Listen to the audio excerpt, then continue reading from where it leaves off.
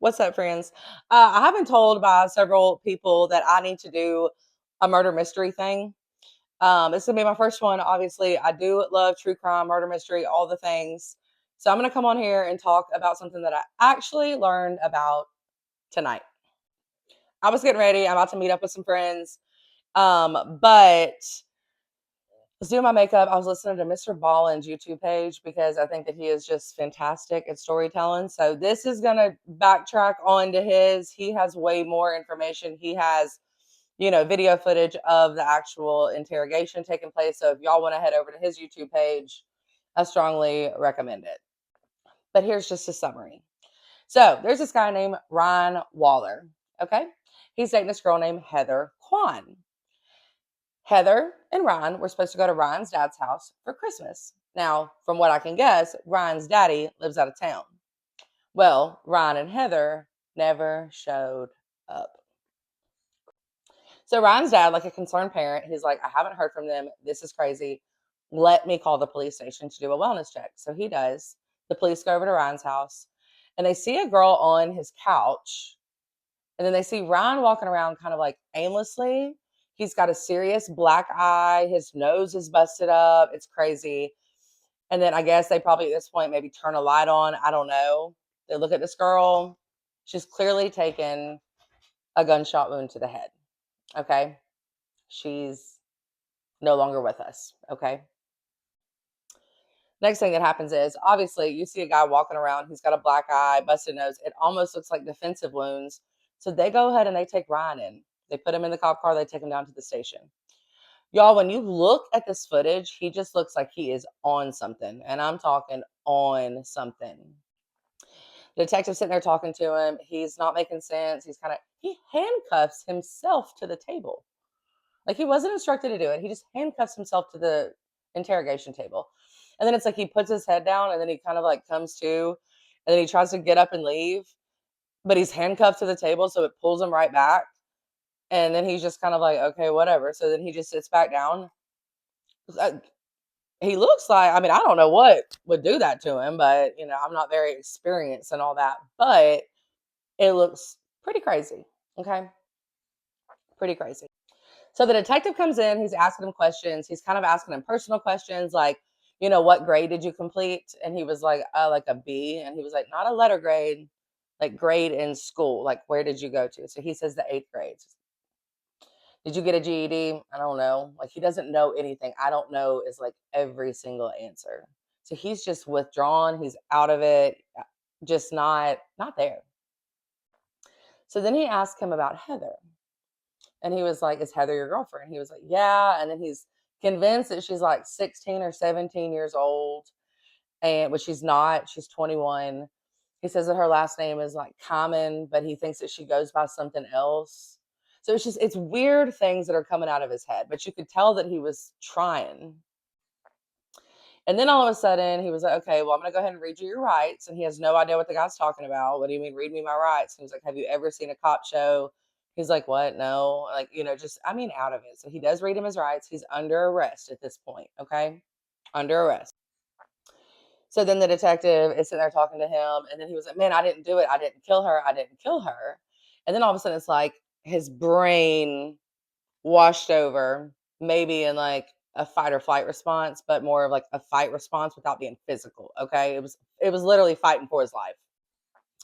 So he was like, no, no, no. Richie and his dad came over to the house. So nobody knows who Richie is. Richie just came out of nowhere, but Richie and his dad came over to the house. Okay. He then proceeds to tell the detective that Richie and his dad had bows and arrows and darts.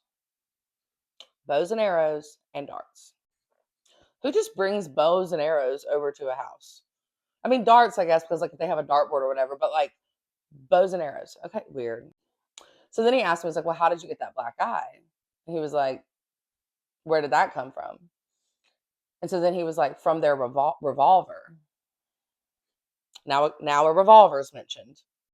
So the detective is like, I'm confused. You just said that they had bows and arrows, or did they have a revolver? Which one? And he was like, a revolver, a revolver. So clearly he's mentioning a firearm. Okay. Then he goes on to say that they shot me first.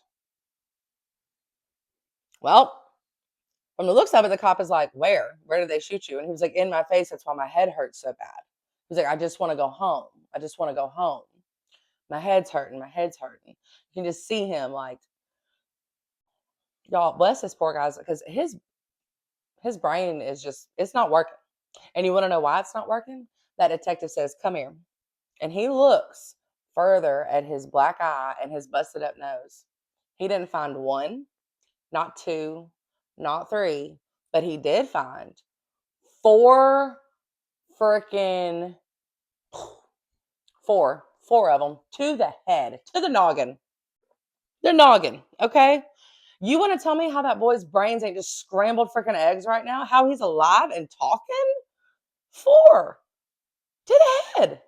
Oh my gosh. So then he's like, and then they went in there and they shot Heather. Okay. Okay. So now it's like the detective's like, okay, I'm gonna tell you what. I'm gonna be right back because he is just dumbfounded right now. Okay.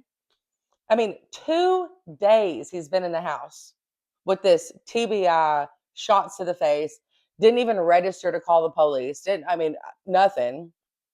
So, anyways, cop goes out, he tells his captain what's up.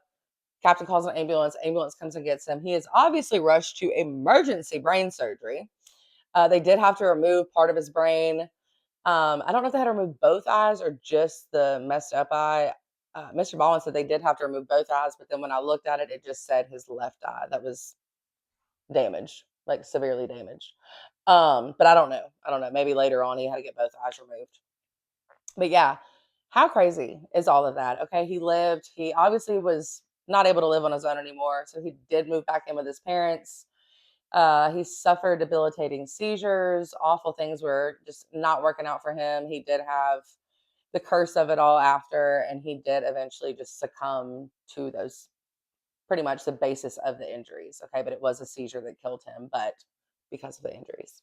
Okay, so obviously they find Richie, they find his father, which his name is Larry. They are incarcerated, and I do believe it's under a double homicide charge because since Ryan succumbed to the injuries, I think that they got the double homicide charge now. So, but how freaking crazy! I had to come on here and share that because I was just mind boggled. Like that was when I was like, well, this story took a complete and total opposite turn from where I thought it was going. Crazy stuff. Crazy.